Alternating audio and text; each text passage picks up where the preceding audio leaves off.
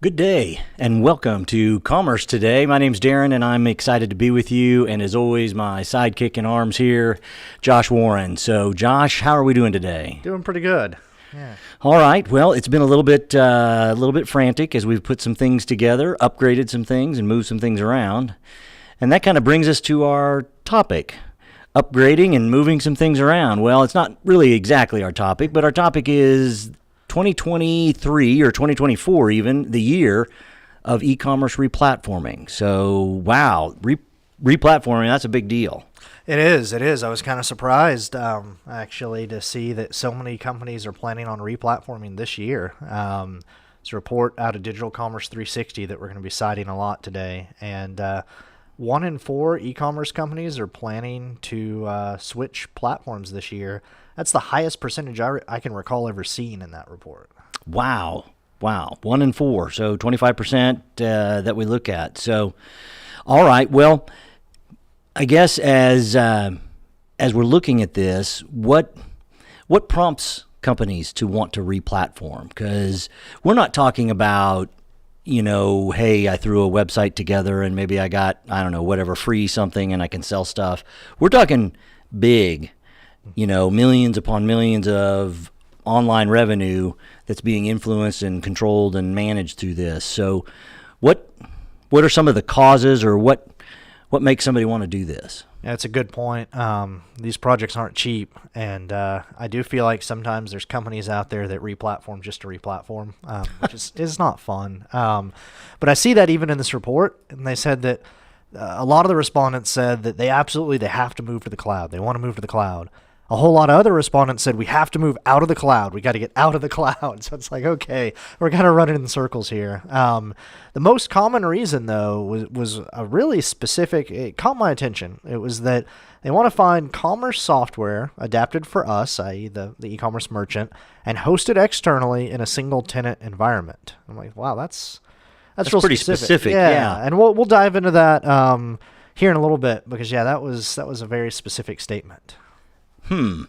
So it's funny, as you were saying earlier about they replatform just to replatform. I guess it caught my eye, or I should say caught my ear. Caught my ear in thinking about the old, big SaaS platform, the Oracle. Hey, we're gonna do Oracle, or we're gonna do whatever great big ERP.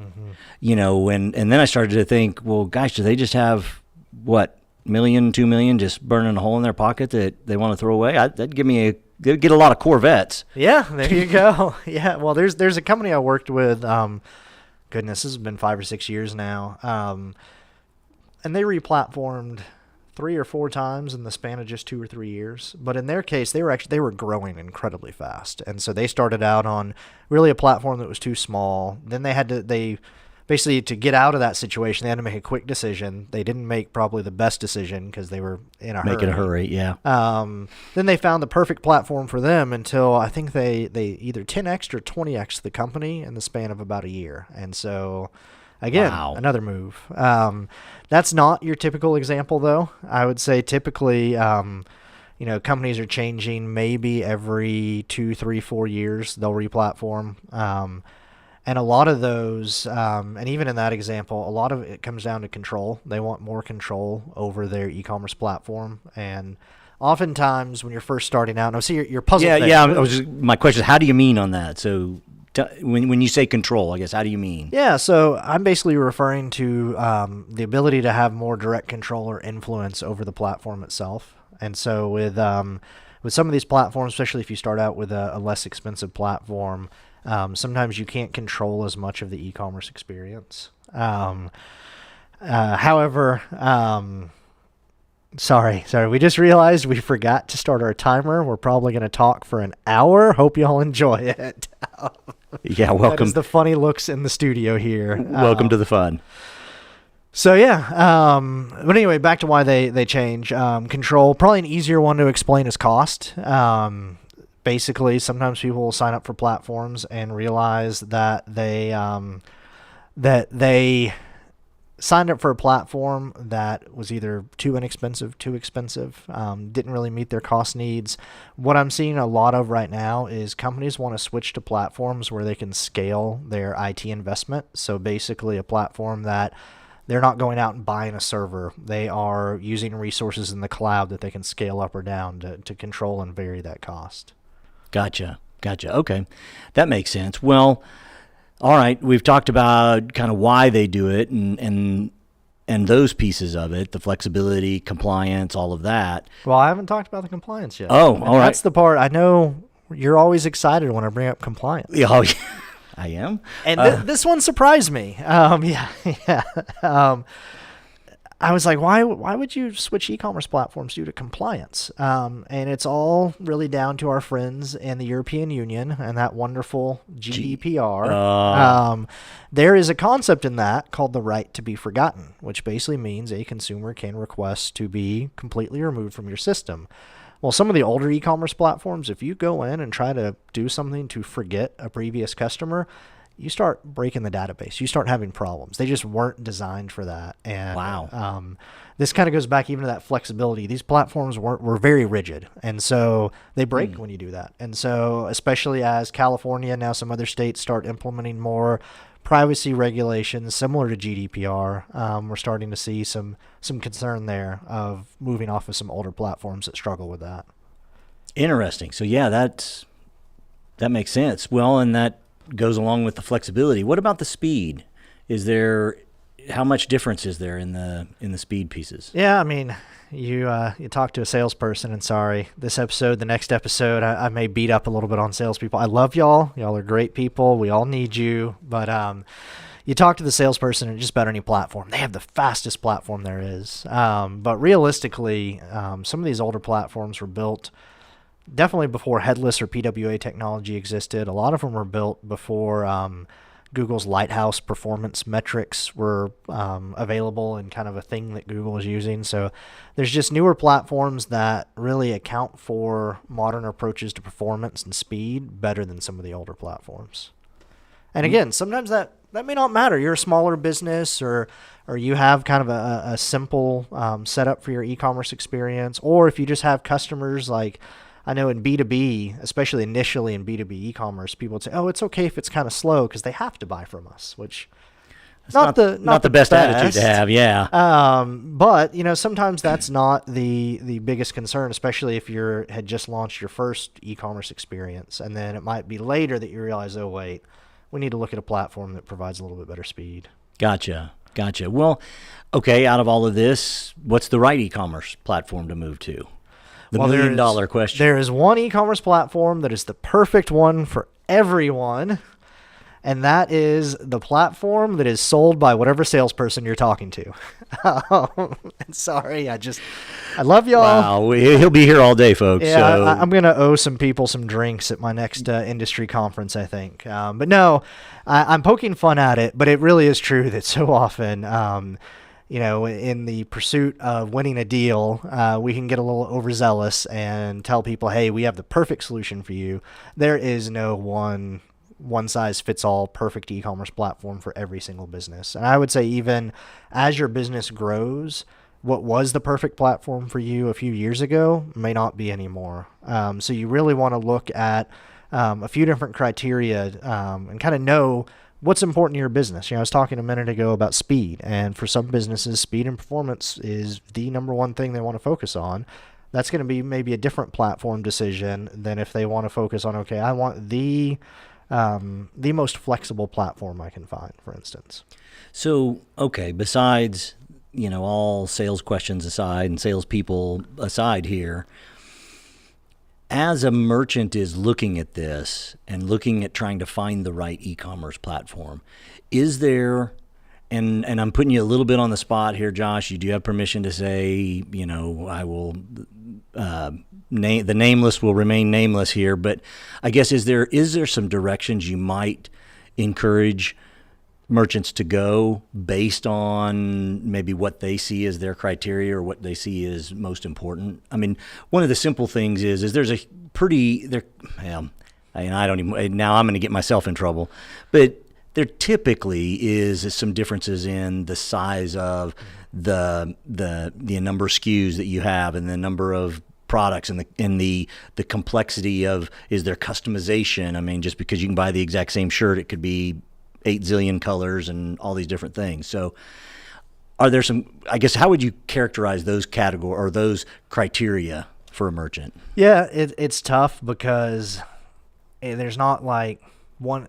There's not a platform that I would say if your answer is speed is the most important, then you must go here, especially since there's usually going to be 2 or 3 different factors and there's so many different combinations. I will say though that assuming you're kind of a mid-sized business, you're not the smallest startup and you're not, Walmart, there's kind of a sweet spot. And if we have any listeners from Walmart, sorry, no disrespect. There's kind of a sweet spot with e-commerce platforms in that the smallest, least expensive platforms, it's true that you get what you pay for. They're a great place to start, but lots of times they don't have the kind of flexibility that you need as you grow. But the biggest platforms sometimes have almost too much flexibility, right? Or they're too big. They're complex. They cost a lot more to implement. And so I would say usually that I guess you could almost call it the mid-market of e-commerce solutions that's the group we usually end up recommending the most. And then thinking of recommendations, and this is where I need the flag waving behind me or something. But I've talked before on this podcast about how freedom is important to me. Back in the open source episode, I kind of went on a little bit of a rant about freedom. And I would say, no matter what, look for a platform that provides freedom. And I know that sounds a little odd. Not a political statement, not political freedom, but more of the freedom of your data, the freedom to be able to import and export things, the freedom to customize the code. A big one lately is the freedom to select your own technology providers. So being able to tie into the vendors that you want to tie into and not just the ones that maybe your platform they come with or whatever. Yeah. And even also the freedom to scale up and down as you need. And I think that's another item where platforms love to help you scale up, but if you start asking about scaling down, sometimes that's a little bit trickier. So that's really freedom really is the first thing I would look at for any merchant. And you might be saying, like, wait, don't all the platforms provide freedom? But they don't. It's expensive. It requires, if you're trying to build one platform for 100,000 different companies, you can't really build a lot of freedom and flexibility into that. You have to pre-select things. Otherwise, just technologically, it just gets too big and too expensive. Well, Josh, I'm going to pause you there for just a second because I was going to make a joke out of this. I'm going to be funny here in the fact that I'm hearing a question because of what you said of somebody that's listening, watching this, and all of that. But you talked about scaling down. Mm-hmm. What would be a situation? What situations would a merchant scale down? Well, there's the sad ones. There's your business is contracting, which that is it's reality. It is a reality. However, the happier scaling down, and this is something that we've done for some of our clients, is depending on how your site was originally implemented, there may have been under-optimized. It might not have been optimized as well as it could have. So it might be using more server resources, cloud resources than it really ought to. And so you can end up spending some time and money resolving some technical debt and actually reduce your server bill or your hosting bill just by optimizing the site. And so that's the point where you would say, hey, used to we needed 96 CPU cores. Now we only need 48. Some places, some setups, some approaches would do that, and some won't. Some will say, well, you signed a contract for 96. Okay, and another, I guess the one that I was thinking of, or the one I thought you might mention, and maybe you kind of did, but I was thinking more of a situation where maybe you realize, one, your product line has become really 2 brands or multiple brands where it makes sense to split it off and to have its own site on its own, have its own branding, own control, freedom, flexibility, all of those things. And so that might be an area where you might end up overall maybe growing, but yet that one site or that one scenario would be a scale back because you're going to scale a small scenario up in another way. Mm-hmm. So that was just kind of my thoughts. Yeah. So I guess a question that we have here is, why wouldn't an e-commerce platform provide freedom? I mean, what prevents them, or what would keep them from doing something like that? Yeah, and that's where that kind of level of technical complexity comes in. They may not want to because of how expensive it is. Sometimes, though, it's also just an intentional decision. They basically decide, hey, this is our target market. We want to sell to a whole lot of companies that are exactly like this, so we don't want to provide that level of freedom. So, okay. Well, $1 million question as we kind of bring this in for a landing. Should I change my e-commerce platform in 2023? I think our team would love for me to say, yes, everyone go out, immediately change platforms. But no, please don't change platforms just to change platforms. Just because, it's actually 27% of companies are changing platforms this year. 76% are spending more money on e-commerce technology. Just because they do it doesn't mean you need to do it. I would say, and I know Darren's been telling me all day that I'm sounding like a dad. I'm using my dad voice and my Yes, he is. dad expressions. So just because everyone else is jumping off a cliff, but no, don't change platforms. If your current platform is meeting your needs, stay with it. But if it's not, then yeah, this is a great year to look at replatforming. And there's probably some things you can do to even better utilize that platform, and there are companies and people like Josh that can help you with that, and that we can put together and make that all come together. So those are some things you can do. Is there anything kind of as we wrap this up on replatforming? What's your thoughts? Last thoughts? No, just appreciate y'all hanging in there with us. I guess now is as good a time as any to share that we have been doing video versions of the podcast. So if you're listening to this via audio, when we mentioned the studio and all, and some of the changes lately, we are hitting our stride with broadcasting and actually live streaming this out to the audience on a number of platforms. So we'll get some information into the show notes of where you can find the streams if you're so inclined in joining us that way. Excellent. Well, we hope you do that. And as always, we really appreciate you being with us today. Josh, fun as always, and we will catch you all next time. Take care.